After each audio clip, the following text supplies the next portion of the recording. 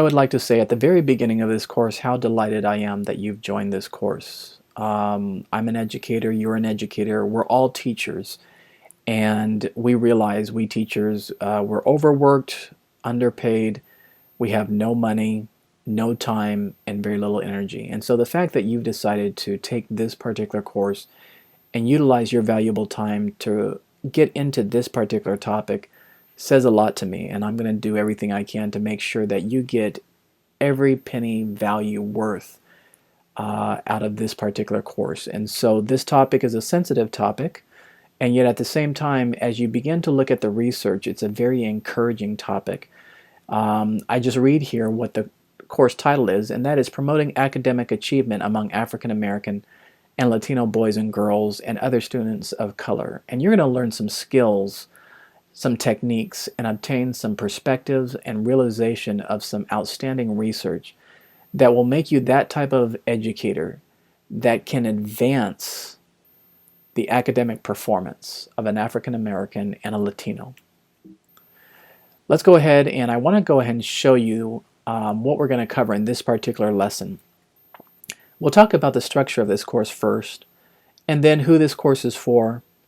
I'd like to then spend a little bit of time of how you should approach this course. That conversation is going to be very important, because if you don't come to this course with a particular mindset, a particular attitude, with the particular right set of glasses through which you want to view this course, then this course may not give you the full benefit that you wish. And so we'll talk about how you should approach the course. We'll look at the statistics and what they tell us regarding African American and Latino academic performance. We'll look at resolving what is called the stereotype threat. It's a very real threat, and it actually hinders the academic performance of students of color. And we'll also talk about having an asset-based mindset. We'll conclude by talking about how important your role is as a teacher. The structure of the course is very simple. There's a video, learning objective, key vocabulary, lesson topics, reading, quiz, or midterm and final, and homework.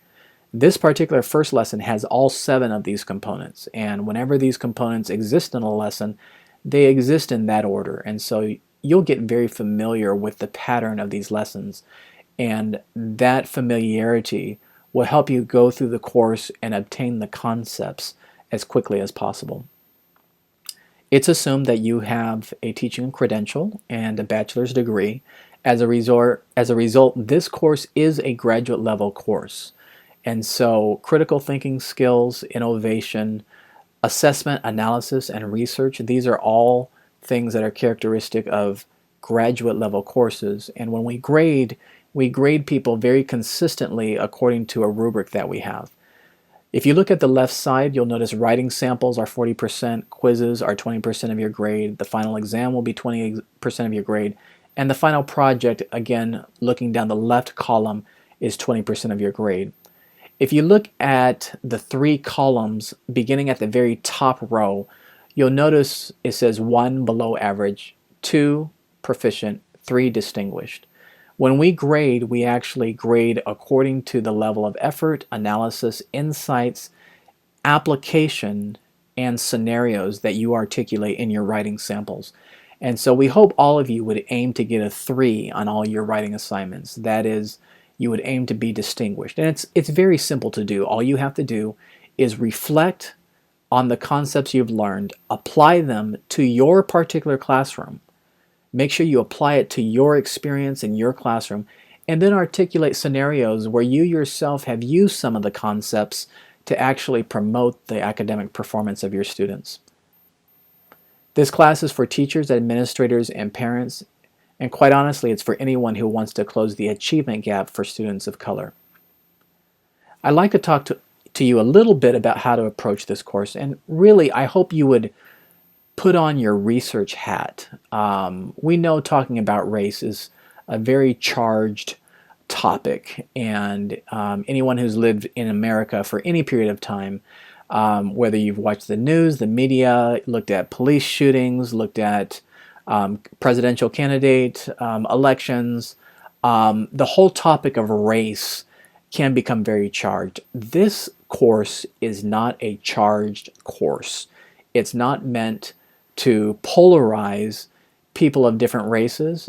It's not meant to either enhance or promote any kind of bias toward any particular race. No, this course is for the single purpose of improving the academic performance of students of color. Now, you may say, well, why not Caucasians? Don't we want to promote their academic performance? Absolutely. And you will see that the principles that are in this course that apply for Latinos and African Americans, they apply to all races. Now, this particular picture that you see here, you have 4 concentric circles. The biggest circle represents everyone that's in your classroom. Now, you're going to have some people in your classroom that are of a smaller racial group, and let's say they're Latinos. Well, the way to approach the course is to really set aside all your perception of Latinos, and African Americans, and Caucasians, and Asians. But let's just start with Latinos. Just because they're Latino and they're part of the second concentric circle doesn't mean that there's generalizations that apply and that should be presumed about all Latinos. For instance, if you go one circle deeper, that Latino may be an immigrant not from Puerto Rico, but from South America. And even if they're from South America, you still can't generalize. That particular student might be not from Argentina, but from Peru. As you drill down deeper and deeper and start to uncover and peel away the layers of the onion, in a very humble way, you get to know a person for exactly who they are. And so how to approach this course? I would ask that you approach it in a very humble manner. Don't assume, don't presume, and let go of any implicit bias that you have. Some people just feel African Americans, by default, do not perform academically as high as others. Is that true or is that not true? Let go of your presumption. Let go of your bias. Of course, we'll show you some numbers, but the numbers should not start to cause you to feel that you know a person. And so, intrinsically, this particular course is going to help you on your insides have a respect and an honor for all cultures and people of all races, and will help you connect. I'd like to say that word again, connect with individuals that are within your classroom. And it's that connection that promotes the academic performance. When you have a teacher that you know cares about you for who you are and is sensitive as well as skilled in handling you as a person based on their knowledge and their research of who you are as a person, that will promote your academic performance. Let's start out with this very interesting statement, and that is, there is no situation, classroom, or teacher that is value neutral. Therefore, we must be active in our approach to culturally responsive teaching. I'm just going to say it right out loud. We all have biases. We all have prejudgments about people.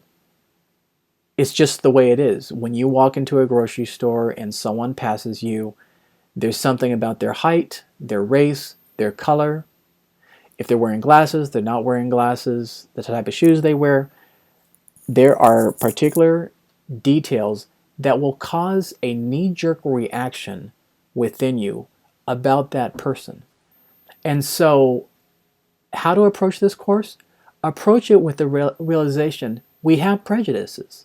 This is just a fact. We have biases. And intellectual people have biases of non-intellectual people. It's not always just about race. It can be about all kinds of aspects of a person. Now, once you realize that none of us is value neutral, we should take in Paul Gorski's comment here. He's an associate professor in New Century College, and he made this comment, and I think it's very pertinent at the beginning of this course, that we take in what he says and reflect on it. He says this: I do think it is about us as educators changing our perspectives and views. If I come into the classroom thinking that students of color or low-income students don't do as well as their white peers or wealthier peers because their families are broken or because their parents don't care about education, I can't be a good educator to those students. I can't have high expectation for those students and have those beliefs at the same time. If I have even little bits of that belief system, I do have to change my view. We are socialized with that belief. Or I am not going to be able to understand my low-income students and the challenges they face robustly. As soon as you look at two students, one is this particular race, another is this particular race. One has these kind of parents that care for their kids' education. One has these kind of parents that may not care for their kids' education. As soon as you begin to treat them differently and have different expectations for them, automatically you're setting a poor course for those students against which you have a particular bias.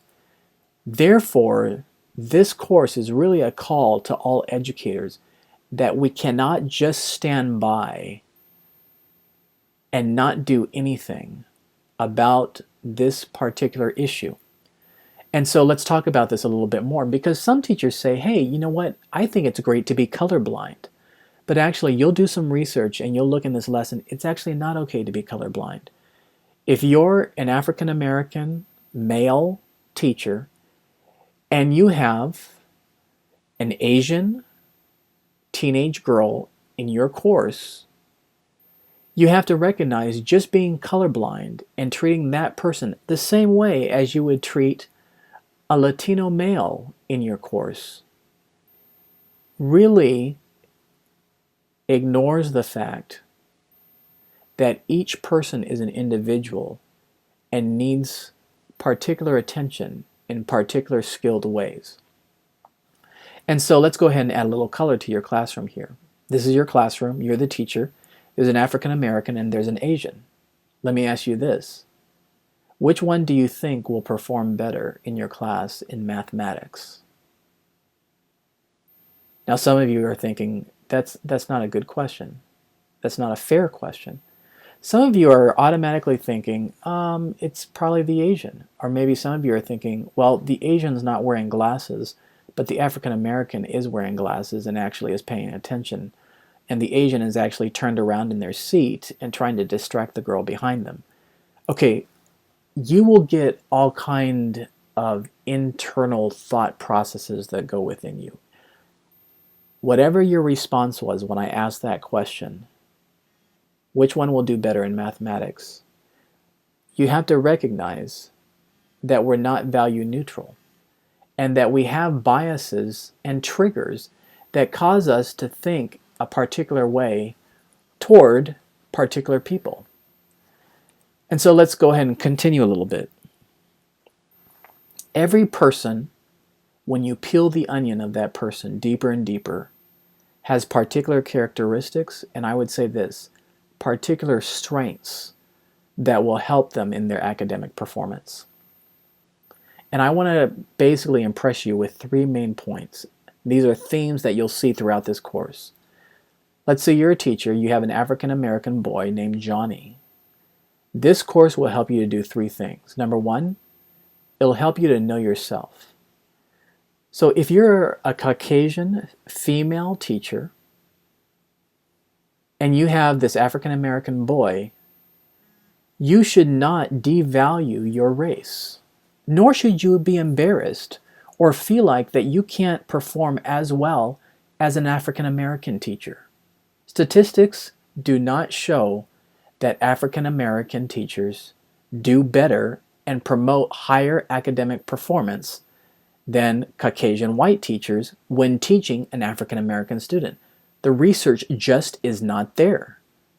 And so you should know yourself, and you'll have lots of internal feelings about your experience as you go through this class, but I want you to learn to respect yourself, learn to be objective about what biases you have, articulate them, write them down. Don't be afraid to write them down. Don't be colorblind to them, and acknowledge where you struggle. But also recognize that there are things that you don't know about yourself and its impact on your students. The truth is, if you're a Caucasian male or female teacher, and you have an African American boy, there are some things about yourself that that particular student needs to know in order for them to achieve at high levels. They need to know you care. They need to know you respect them. You respect their culture. You respect their home life. You respect their language. You respect their accents. Your proactive, humble approach to getting to learn that student primarily by asking them questions and allowing them to articulate what's valuable to them will be a huge springboard for that student throughout the entire school year to help launch them into higher levels of academic performance. Number two is you need to build skill and empathy toward individuals. Learn as a teacher. Believe me, I get it. You know, some of us have 35, 40 kids in our class, and we are overwhelmed. But we have to find a way to build up a skill to treat students as individuals. And once you build a sense of empathy, particularly towards students of color, that will go a long way. And then the third thing is learn to build community. Now, these 3 points are so important, I want to cover them again. 1, know yourself. 2, cultivate empathy. 3, build community. Now, you may say, why build community? Well, let me ask you this. If you had half of your class is Asians, half of your class is African Americans, and the African Americans are not doing as well in mathematics, but the Asians are doing quite well, a teacher who takes this class will not allow that to happen, such that a culture and an atmosphere in that class starts to develop that it's just assumed that the Asians are smarter than African Americans. No. Basically, if you learn how to build a community, you will have the Asians learn to respect and write down the capabilities and the assets of the African Americans that can contribute to their own learning and vice versa. Learning to put students in multicultural groups and having them learn from one another so that everyone succeeds is a skill that you'll learn to develop in this particular course. 2 different teachers can have and cause a student to have 2 different outcomes. This is just the truth. An attitude of inferiority that a teacher emits toward one student will cause that student to have a completely different outcome than an attitude of high standard, high expectation, and respect given by another teacher. 2 different teachers can cause the same student to have 2 different outcomes. I'd like you to understand that research that has examined this matter of the academic performance of students of color has really looked at 3 levels: the large, broad historical level, the more local level, and then the more personal level and school level. Like, for instance, if you have a Latino student that's in your class and they've migrated, at least their parents have migrated or their grandparents have migrated from Puerto Rico, studying the history of Puerto Rico is very valuable and gives you a particular perspective at the large historical level. Then you may want to understand, where do they live? Do they live in Queens? Do they live in the Bronx? Are they in California? Do they live in East Los Angeles? Do they live in North Los Angeles? Understanding those communities will further help you understand that student. And then, of course, you want to know them at the school level and the personal level. Some of you may be asking, why focus on Latinos and African Americans? Well, I just want to give you this example, and that is, if there's a bathtub and it's filled with 1 inch of water, and you have 5 boats sitting on that particular set of water, if you can raise the water level for one of those boats, you can raise the water level for all of the boats. And so what does this mean? That means all the tactics that you learn in this particular class will help raise the academic performance of everyone, of all cultures in your course. This course is based on research. It's evidence-based. And we'll be looking at statistics. Like for instance, these are the SAT scores of 2015. You'll notice those of the black category have the lowest set of scores, and those of the white category have higher scores. The phrase academic achievement gap refers to the difference in the scores. And so there's about a 100-point difference between black and white. When we refer to the achievement gap, we are referring to the difference in academic scores. So that's an important concept to get. I'm going to go through this a little bit more quickly. We'll let you go ahead and study the concept of stereotype threat. This is extremely important, by Claude Steele. I want you to go ahead and listen very carefully to the videos. And I also want you to approach this course with an asset-based mindset. And that is, look at your students and ask what is right with them, rather than just what is wrong with them. I'd like to start to conclude here. Teachers who recognize that the teacher's attitude plays an important role in a student's performance will recognize that it is part of their responsibility to remove the stereotype threat and have an asset-based mindset towards students of color. Next steps, I want you to go ahead and read this lesson, complete the quiz, and I really do ask that you take the homework to heart and that your writing samples be full of reflection. Don't be afraid to ask questions, and I'm here available to you throughout this course. If you need anything, feel free to go ahead and email me or the instructor or the TA, the fellow instructors that are teaching this course. Thank you very much.